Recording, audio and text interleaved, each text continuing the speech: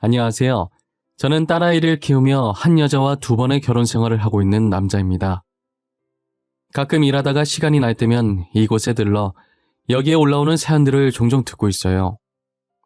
괜히 제가 사연의 주인공처럼 감정이입이 돼서 화가 날 만큼 기가 막힌 사연들도 많고 눈물이 찔끔 흘릴 만큼 감동적이고 안타까운 사연들도 많더라고요. 저도 적지 않은 나이인지라 이 나이 되도록 이렇게 험난한 세상을 살면서 산전수전 안 겪어본 일이 없을 지경이었어요. 마땅히 어디다 말할 곳이 없어서 그동안 혼자서 소갈이를 하고 있었는데 이렇게 익명으로 말할 수 있는 공간이 있어서 조심스럽게 제 이야기를 해보려고 합니다. 이런 글을 적는 게 처음인지라 횡설수설할 수도 있지만 그래도 용기를 내어 적어보도록 하겠습니다. 저는 어릴 때부터 부모에게 버림받고 돈 없으면 안 되는 이 각박한 세상을 한 여자아이와 버텨나갔어요. 그녀는 지금의 제 아내였고 아내를 처음 만난 건 제가 초등학교 4학년이 되었을 무렵이었어요. 부모가 없다는 이유 하나만으로 늘 왕따를 당해야 했던 제게 먼저 손 내밀어준 유일한 사람이었죠. 저는 당시 부산에 살고 있었고 아내는 아버지 직업 특성상 서울에서 저희 학교로 전학을 오게 된 거예요.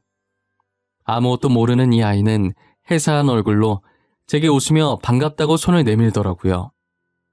저는 아내의 손을 잡으려고 했지만 혹시나 저 때문에 똑같이 왕따를 당하게 될까봐 손을 못 본 채 했어요. 그랬더니 아내는 제 손을 잡아 끌더니 자기 손과 맞잡게 하더라고요. 그 모습을 보고 주변에서는 그러다 왕따 당한다고 하지 말라고 말렸었지만 아내는 다른 아이들의 말에 아랑곳하지 않고 저한테만 시선을 맞추며 인사를 했죠.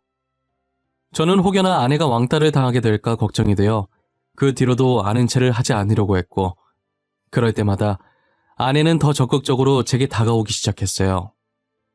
아내는 서울에서 와서 그런지 저희와 다르게 뽀얀 피부에 이쁘장하고 귀티나는 아이였고 그런 그녀와 친해지고 싶었던 친구들은 저에 대한 모진 말들을 그녀에게 쏟아부었어요. 당시 11살밖에 안 되던 어린 친구들은 생각을 깊게 하지 않기 때문에 자신이 하는 말이 남에게 상처가 되는 말인지 아닌지도 모르고 막 뱉잖아요. 결국 아이들이 뱉은 말들은 고스란히 제게 상처가 되어 돌아왔죠. 지은아, 쟤랑 놀지 마라. 쟤 엄마 아빠 없고 돈도 없다. 코 찔찔이 애들이랑 같이 보육원에서 지내는 앤데 너 진짜 그러다 쟤처럼 왕따 당한다. 그래 맞다 지은아. 저런 애랑 놀지 말고 우리랑 놀자니까? 내가 떡볶이 사줄게. 쟤랑 붙어있으면 가난한 거 없는다? 너네 엄마 아빠도 도망갈걸? 싫어. 나는 진우랑 놀 거야. 나랑 놀고 싶으면 진우도 같이 끼워줘. 그럼 내가 너네랑 놀아줄게. 그리고 너네 말버릇 좀 고쳐줬으면 좋겠어. 다른 애들이 너네 보고 그렇게 얘기하면 좋겠어? 야, 나는 너가 괜히 쟤 놀아주다가 같이 왕따 당할까봐 걱정돼서 하는 말이지.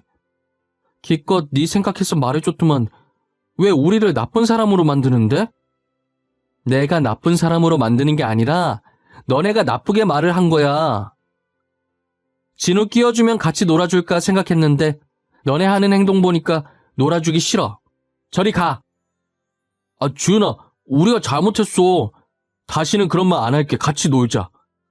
그리고 진우도 끼워줄게. 그러니까 우리랑 같이 놀아. 아내는 지지 않고 아이들 말에 맞받아쳤고 당찬 아내의 기세에 아이들은 기가 죽어버렸어요. 결국 아이들은 아내와 놀고 싶은 마음에 저도 같이 끼워줬고 저와 놀아도 자신들이 말했던 가난이 옮거나 부모가 도망가는 일이 일어나지 않자 마음을 열고 진심으로 저와 친하게 지냈어요. 그리고 그동안 안 좋게 이야기해서 미안했다고 사과도 받아냈죠. 저는 그녀 덕분에 처음으로 친구라는 게 생겼고 우정이라는 게 뭔지 알게 되었죠. 그리고 그녀는 저를 보육원에서 빠져나올 수 있게 도와줬어요. 사실 저보다 어린 동생들을 봐주는 게 보통 쉬운 일이 아니었고 날이 갈수록 늘어나는 동생들을 보며 하루라도 빨리 이 지옥에서 빠져나오고 싶었죠. 하지만 제가 초등학생이니 아르바이트도 할 수가 없어서 보육원을 나온다고 하더라도 혼자서 생활할 집도 돈도 없었어요. 그러던 어느 날 건장한 아저씨와 인자하신 아주머니가 저를 찾아왔더라고요. 제게 손을 내미시면서 자신의 집에 같이 가자고 하시면서요. 그 모습이 그녀와의 첫 만남과 굉장히 흡사했고 저도 모르게 아주머니의 손을 잡고 나왔던 것 같아요. 아저씨와 아주머니를 따라 도착한 집은 보육원과도 비교할 수 없을 만큼 좋았어요. 이런 집은 처음이라 신기해서 마당 이곳저곳을 둘러보고 있었는데 집 문이 열리더니 한 여자아이가 고개를 빼꼼 내밀고 있더라고요. 저와 또래로 보여서 반가운 마음에 달려갔다가 아이의 얼굴이 선명하게 보였을 때쯤 힘껏 달리고 있던 제 발이 더 이상 떨어지지가 않더라고요. 그 여자아이는 다름 아닌 제 아내였던 거죠. 알고 보니 그녀가 밥도 안 먹고 부모님께 몇 날 며칠을 조르고 졸라서 저를 데려오게 만든 거예요. 그녀의 말을 들으니 제 사정이 너무 딱했고 어차피 남는 방도 하나 있어서 데리고 왔다고 하시더라고요. 그렇게 저는 아내의 도움으로 지옥 같았던 보육원 생활을 끝마칠 수 있었어요. 아저씨와 아주머니는 정말 친부모님처럼 저를 잘 챙겨주셨어요. 아내와 저를 차별하지 않고 뭐든 동등하게 사랑을 베풀어 주셨죠. 저는 나름 친근하게 대해드리고 싶어서 장난으로 엄마 아빠라고 했었는데 듣기 좋다고 하셔서 계속 그렇게 부르게 되었죠. 처음엔 그녀를 향한 제 마음이 저를 구해준 고마운 존재, 그 이상도 그 이하도 아니었어요. 하지만 한 집에서 같이 생활하면서 평소 아내에게 안 보였던 면도 많이 발견하게 되고 변함없이 저를 챙겨주는 아내의 모습에 어느샌가 저도 모르는 사이 사랑으로 바뀌어 있더라고요. 혼자서만 짝사랑하는 건 줄 알았는데 아내도 저를 짝사랑하고 있었고 저희는 그렇게 서로가 서로에게 첫사랑이었어요. 서로의 마음을 확인한 건 고등학생 때였어요. 제가 동아리 이야기한다고 여자 후배와 나란히 앉아서 이야기를 하고 있었는데 그 모습을 아내가 보고 오해를 해서 질투를 하는 거예요. 고백을 그렇게 하려고 했던 건 아니었지만 오해는 풀어야 할 것 같아서 고백 아닌 고백을 해버렸죠. 너 아까 그 여자애 뭐야? 나란히 앉아가지고 시시덕거리면서 아주 좋아 죽던데? 너 요즘 동아리실 자주 가더니 저 애 때문에 간 거지? 무슨 소리고? 언제? 내가 누구랑 시시덕거렸는데? 내는 그런 적 없는데? 아, 혹시 주연이랑 있을 때 말하는 기가? 야, 그거는 우리가 축제할 때 할 일이 있어서 그런 거지. 우리? 우리라고 할 정도로 가까운 사이인가 봐? 조만간 사귀겠다? 축하해. 둘이 진짜 잘 어울려. 내가 진심으로 응원할게. 니 진짜 왜 그러는데? 나 좋아하는 사람 따로 있다고. 주영이는 진짜 아니다. 니, 내 못 믿나? 내 거짓말하는 거 딱 질색인 거 알지? 주영이는 확실히 아니다. 근데 니 혹시 질투하나? 이씨, 그래. 이왕 들켜서 하는 말인데 나 네가 여자 후배들이랑 있는 거 볼 때마다 짜증나 진짜. 마음에 안 든다고. 됐어? 이제 속이 시원해? 아, 속이 아주 뻥 뚫리고 시원하다. 내가 이렇게 말하려던 건 아니었는데 네, 니 좋아한다. 남자답게 멋있게 고백하려고 했는데 니 때문에 다 망했다. 아내는 한껏 열을 내며 화를 내다가 제가 자신을 좋아한다는 걸 알자 화내던 걸 멈추고 갑자기 수줍어지면서 양볼을 발그레 붉히더라고요. 그 모습이 어찌나 귀엽던지 저는 아직도 그때의 기억이 어제일처럼 생생해요. 저희는 그렇게 서로의 마음을 확인하는 순간부터 연인이 되었어요. 함께해온 시간이 긴 만큼 서로에 대해 모르는 게 없었어서 이른감이 없지 않아 있지만 성인이 되고 제가 군대를 갔다 온 뒤에 바로 결혼을 했어요. 처음 저희가 결혼하겠다고 인사드리니 장인 장모님께서 엄청 좋아하시더라고요. 저라면 믿고 자신의 딸을 맡길 수 있겠다고 하시면서요. 고마워할 사람은 저인데 오히려 장인 장모님께서 고맙다고 눈물을 흘리시더라고요. 저는 그동안 키워주셔서 그리고 아내를 제게 믿고 맡겨주셔서 감사하다고 큰절을 올렸어요. 저희는 일찍 아이를 가지고 싶다는 생각이 전혀 없어서 충분히 신혼을 즐기다가 딸을 하나 낳았었어요. 다행히 딸이 저를 안 닮고 아내를 닮아서 피부도 뽀얗고 쌍꺼풀도 짙은 게 너무 이쁘더라고요. 그래도 제가 잘난 곳 하나 없어도 코 하나는 자부심 가질 만큼 이뻤거든요.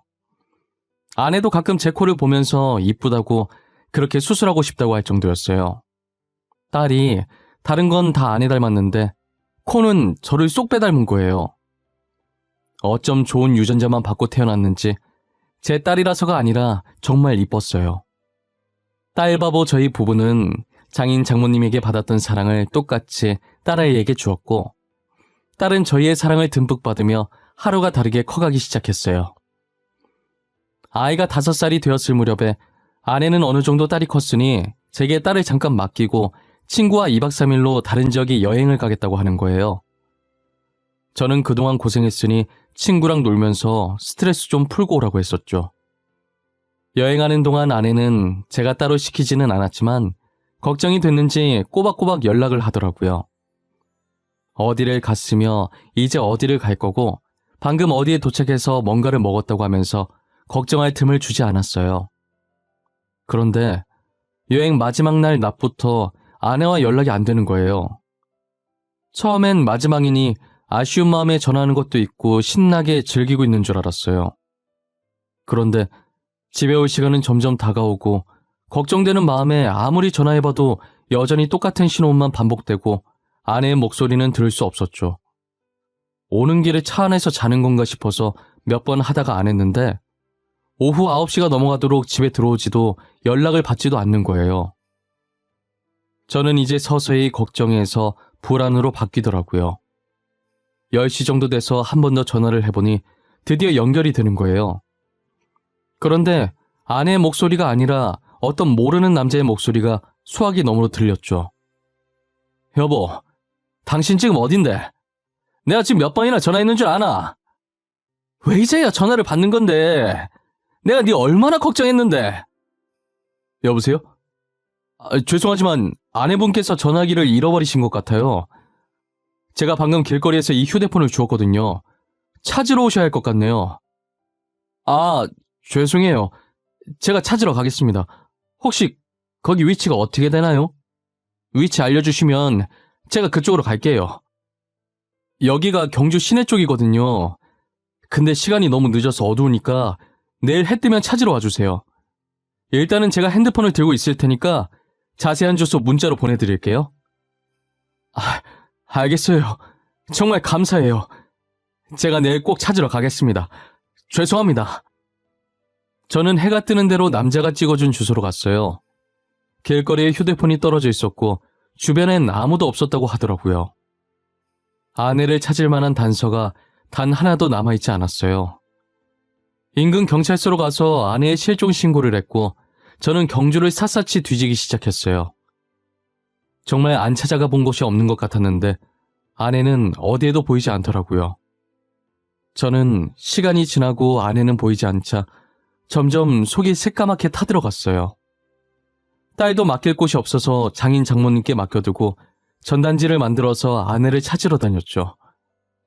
잠자는 시간도 아깝고 한 사람이라도 놓치고 싶지 않아서 사람은 많이 다니지 않는 새벽에도 미친 사람처럼 지나가는 사람들을 붙잡고 전단지를 나눠줬어요.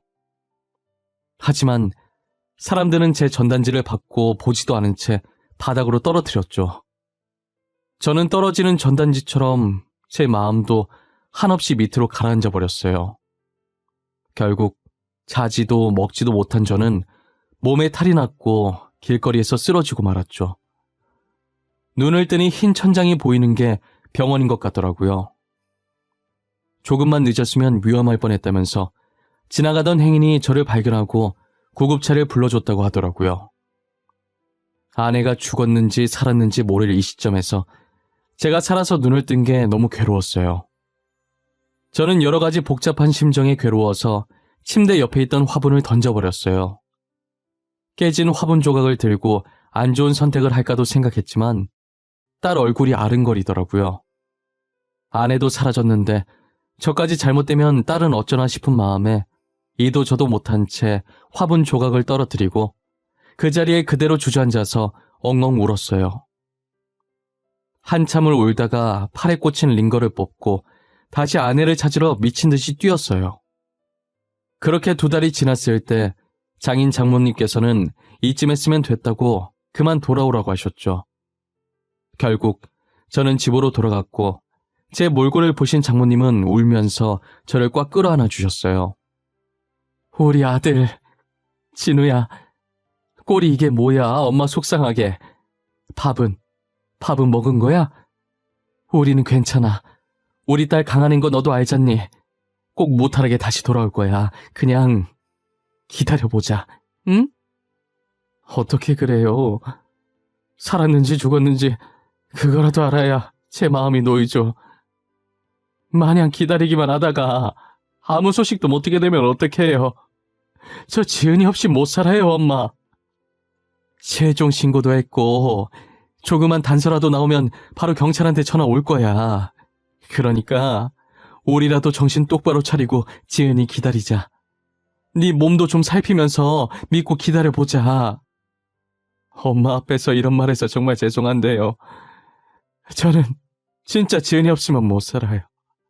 우리 지은이 없으면 저도 없어요. 미안할 게 뭐 있어. 다 네가 우리 딸을 많이 아껴서 하는 말인데 우리는 오히려 고마워. 이렇게까지 우리 딸을 사랑해주고 아껴줘서. 그래 아들아, 우리는 너한테 너무 고맙다. 몸 많이 상했네. 이제 그만하고 쉬거라, 응? 너 이러다 죽겠어 이거 자. 저는 장모님의 만류에도 아내 찾는 것을 포기하지 않았어요. 그렇게 시간은 훌쩍 지나 15년이란 세월이 흘렀고 5살이던 딸은 어느덧 20살이 되었죠. 모든 사람이, 심지어 장인 장모님까지도 포기하라고 했었지만 딸은 15년 동안 제 옆에서 포기하라는 말 한 번 없이 옆에서 아내 찾는 것을 도와줬어요. 저를 대신해서 SNS에 글도 올려주고 사람 찾는 프로그램에 제보도 해주었죠. 하지만 그렇게 한다고 해서 저희에게 돌아오는 소득은 아무것도 없었어요. 솔직히 말하면 저도 15년간 찾아다니면서 포기해야 하나 싶었던 적이 없었던 것은 아니에요. 하지만 살아있을 거라는 일말의 희망이 제 마음속에서 떠나지 않았고 저는 끝까지 찾아보려고 가진 노력을 다했었죠. 그리고 이제 장인 장모님도 많이 늙으셔서 더 늦기 전에 찾아야겠다는 생각이 들었어요. 저는 장인어른이 하시던 회사를 이어받아 하고 있었고 딸은 학교를 마치고 저와 저녁을 먹으러 제 회사에 들렀었어요. 그날은 아내의 생일이었고 저희는 아내가 없어도 꼭 생일을 챙겨주었어요. 딸은 SNS에서 맛집 찾아냈다고 한 번만 가보자고 조르더라고요. 자식 이기는 부모 없다고 하도 가자고 조르길래 못 이기는 척 딸 손에 이끌려서 식당에 갔어요. 딸은 이미 메뉴를 고르고 왔었는지 메뉴판을 보자마자 직원을 부르더라고요. 여직원 한 분이 저희 테이블에 왔는데 제 아내와 엄청 닮은 거예요. 저도 모르게 여직원에게 아내 이름을 불렀고 여직원은 누구냐는 듯이 쳐다보더라고요. 저는 그 직원이 아내라는 것을 한 번에 알 수 있었어요. 그 직원 손목에 아내와 똑같은 크기와 모양의 큰 점이 있었거든요. 저는 그 점을 보는 동시에 아내라고 확신할 수 있었어요. 하지만 딸은 너무 어릴 때라 엄마를 기억하지 못해서 못 알아봤고 여직원에게 사람을 찾고 있는데 착각한 것 같다고 죄송하다고 하면서 왜 그러냐는 듯이 저를 막아서기 시작했어요. 저는 확실히 아내가 맞다고 손목에 있는 점을 보라고 했죠. 제가 아내 찾는 글을 올려달라고 부탁했을 때 남들과 다른 특징이 뭐 있을까 하다가 딸한테 옛날 사진을 보여주면서 손목에 점 있다는 얘기를 했었거든요. 그래서 딸이 얼굴은 잘 기억 못해도 점 하나는 기억하고 있었어요. 모양도 특이하게 약간 하트 모양으로 생겨서 딸이 신기했었거든요. 그런데 그 여직원한테도 하트 모양 점이 있으니 딸도 저처럼 놀라더라고요. 딸은 그때부터 눈에서 눈물이 차오르기 시작했고 저는 직원에게 기억 안 나는 거냐고 물었죠. 여직원은 저희 대화를 들어도 아무것도 모르는 눈치였고 옆 테이블에서 주문받다가 우연히 이야기를 들은 사장님이 조심스럽게 저희 쪽으로 오시더라고요. 혹시 저 직원이랑 아는 사이예요? 아니 들으려고 들은 건 아니고 어쩌다 옆에 있어서 듣게 됐는데 직원이랑 아는 사이인가 해서요. 네. 제가 15년 전에 잃어버린 아내예요. 그런데 전혀 기억을 못하는 것 같아요. 놀러 간다고 나갔다가 그 뒤로 집에 들어오질 않았거든요. 어머머, 15년 전이면 맞네. 내가 저 직원 데려온 게 15년 전이거든요. 저랑 처음 만났을 때도 아무것도 기억을 못 하더라고요. 혹시나 무슨 일 생길까봐 제가 데리고 왔어요. 사장님께서 저희 아내를 데리고 오셨다고요? 아니, 어떡해요? 어디서 데리고 오셨는데요? 저희한테 자세히 말씀해 주실 수 있나요? 알고 보니 아내가 여행 마지막 날 새벽에 경주에서 사고가 났었나 봐요. 당시 사장님께서 봤을 땐 운전석에는 아무도 없었고 아내만 쓰러져 있었대요. 사장님께서도 경주로 여행 갔다가 속이 답답해서 산책 나오신 건데 우연히 사고 현장을 지나가게 돼서 아내를 발견하게 됐다고 하더라고요. 일단 먼저 119에 전화를 했고 가족한테 알리려고 아내 주머니를 뒤졌는데 휴대폰이 없었다는 거예요. 그냥 병원에 두고 가자니 신경 쓰여서 옆에 있었는데 아내가 일어나서 아무것도 기억을 못하더랍니다. 사장님께서는 어떻게 하나 고민하다가 가뜩이나 기억도 없는 사람인데 두고 가면 무슨 일 생길까 걱정돼서 자신이 데리고 오는 게 나을 것 같다는 생각에 여기로 데리고 오게 되었다고 하시더라고요. 식당 사장님이 여자분이셨는데 오래전에 죽은 자기 동생 같아서 동생처럼 돌봐주고 계셨다는 거예요. 저는 아내를 데리고 가는 날 정말 고맙다고 조금이나마 보답해드리고 싶다고 하면서 소정의 금액이 든 봉투를 사장님께 내밀었어요. 사장님은 소스라치게 놀라면서 이런 거 받으려고 한 거 아니라고 괜찮다고 하시더라고요. 그래도 남을 이렇게 보살피기 쉽지 않은데 너무 감사하다고 제 마음이니 받아달라고 했죠. 그렇게 받니 안 받니 실랑이를 벌이다가 딸이 봉투를 사장님 앞치마 주머니에 넣고 나와버렸어요. 아내는 처음에 저희와 같이 안 가려고 했으나 사장님이 며칠 설득을 해서 겨우 저희 집으로 오게 되었어요. 그리고 딸과 저는 아내의 기억을 되찾을 수 있게 옛날 사진과 영상도 보여주고 연애 시절 재밌었던 일들도 이야기해주고 많은 노력을 했죠. 15년간 기억을 잃고 지냈던 아내라 금방 기억을 찾을 거라는 기대는 하지도 않았어요.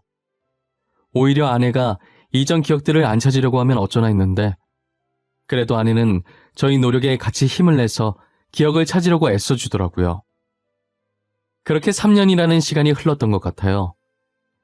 저는 간만에 짐 정리를 하다가 초등학생 때 찍었던 아내와 제 사진을 발견하게 된 거예요. 다시 보니 신기하고 반가운 마음에 웃으면서 아내 눈앞에 사진을 들이밀었어요. 이 사진이 뭔지 아나? 당신은 기억 못하겠지만 나에겐 참 뜻깊은 사진이거든. 우리가 처음 만나서 친구 된 날 찍은 사진이잖아. 맞아. 내가 손 내밀었는데 당신이 안 잡아줬잖아. 그때 애들 참 못됐었다. 그치? 나도 그 얘기 들으면서 얼마나 상처받았는지 알아? 여보, 지금 당신 기억 돌아온 거가? 이때 기억하는 거가? 나 그날 일 말하면서 애들이 나쁜 말 했다는 건 말한 적 없는 것 같은데. 기억나.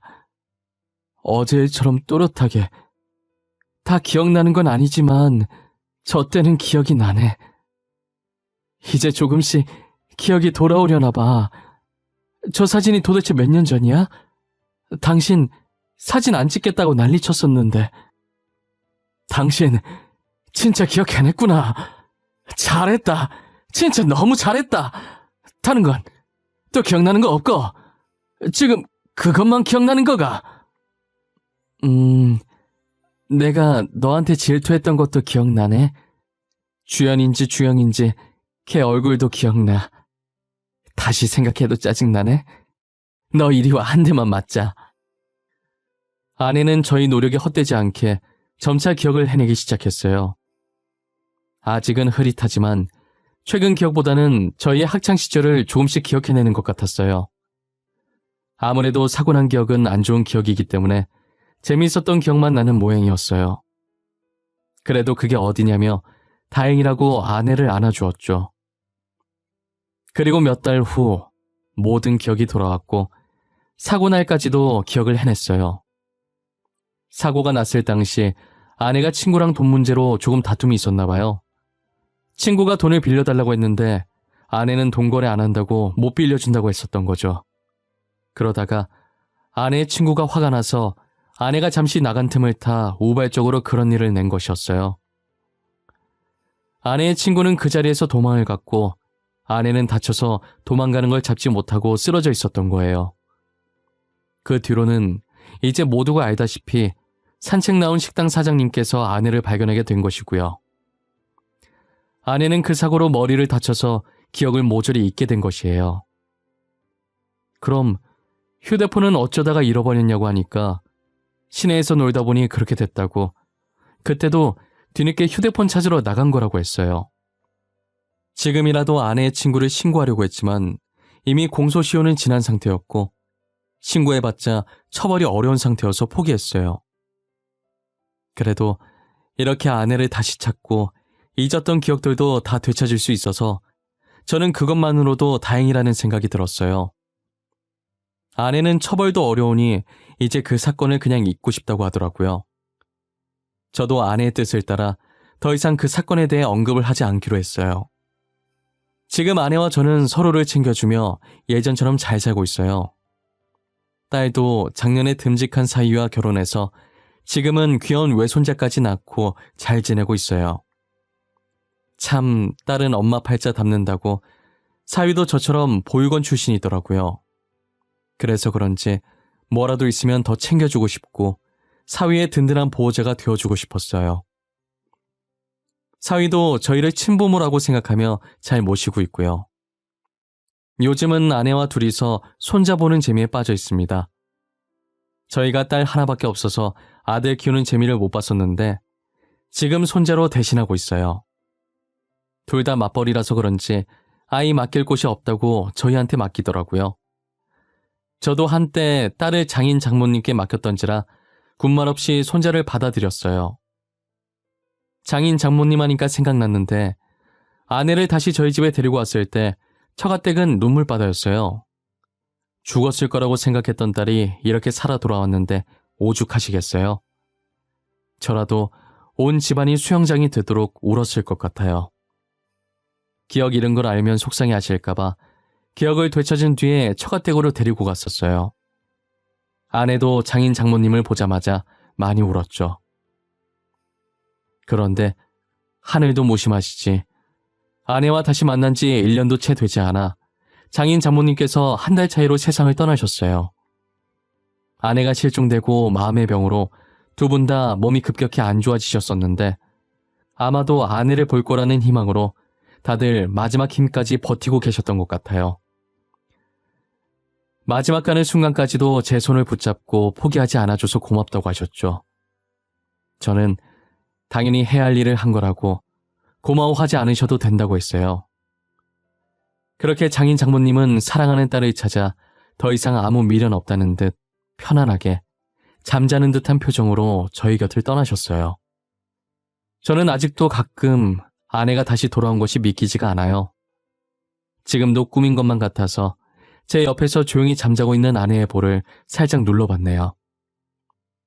말랑말랑한 촉감이 느껴지는 게 꿈은 아니라고 말해주는 것 같아요. 고온히 자고 있는 아내를 보니 그간 아내를 찾으려고 고생했던 제 노력이 헛되이지가 않았다는 게, 그리고 결국은 이렇게 아내를 다시 찾아냈다는 게 정말 행복했어요. 앞으로 안 좋았던 기억들은 다 잊고 행복했던 기억들만 안고 가려고 합니다. 아내는 예기치 못한 사고로 딸이 커가는 모습을 못 본 걸 많이 아쉬워하지만 그럴 줄 알고 남겨놓은 사진들과 영상들을 보여주면서 하루하루를 보내고 있어요. 어렵게 만난 아내인 만큼 두 번 다시는 아내를 놓치지 않으려고 합니다. 제 이야기는 이쯤에서 마무리해볼까 합니다. 저와 아내의 이야기를 들으신 여러분들은 지금 어떤 생각을 하시나요? 만약 저희 같은 상황에 처했다면 어땠을까요? 쉽게 포기하셨을 것 같나요? 아니면 저처럼 끝까지 찾으러 다니셨을 것 같나요? 뭐든 포기하지 않고 끝까지 하면 된다고 하잖아요. 저 말처럼 여러분들께 무슨 일이 생기든 절대 포기하지 않고 끝까지 해내셨으면 좋겠습니다. 그러다 보면 저희의 간절한 소원을 누군가가 듣고 이루어지게 해주지 않을까요? 어떤 일에도 늘 희망을 버리지 않으셨으면 좋겠어요. 그럼 지금까지 제 이야기를 들어주셔서 감사하고 앞으로는 늘 행복하고 좋은 일들만 가득하시길 바랄게요.